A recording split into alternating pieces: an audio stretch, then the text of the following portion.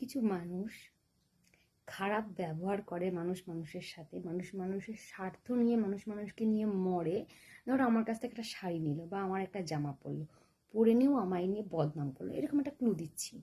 হ্যাঁ, এবার ধরো আমি তখন কিছু বলবো, এই বাবা তুমি এই কথাটা না বলো না, বলছি শোনো, আমি না ভগবান না যে আমি কিছু বললেই সেটা ফলবে।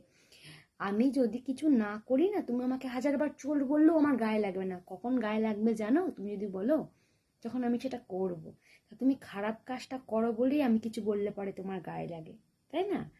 তুমি যদি না করো, আমি হাজারবার বললেও তুমি একবার বলবে না, এই বলো না, তুমি কাজটা করেছো। আর পাপ করলে পাপ ভোগ করা লাগে, আজ বা কাল সে যেই হোক।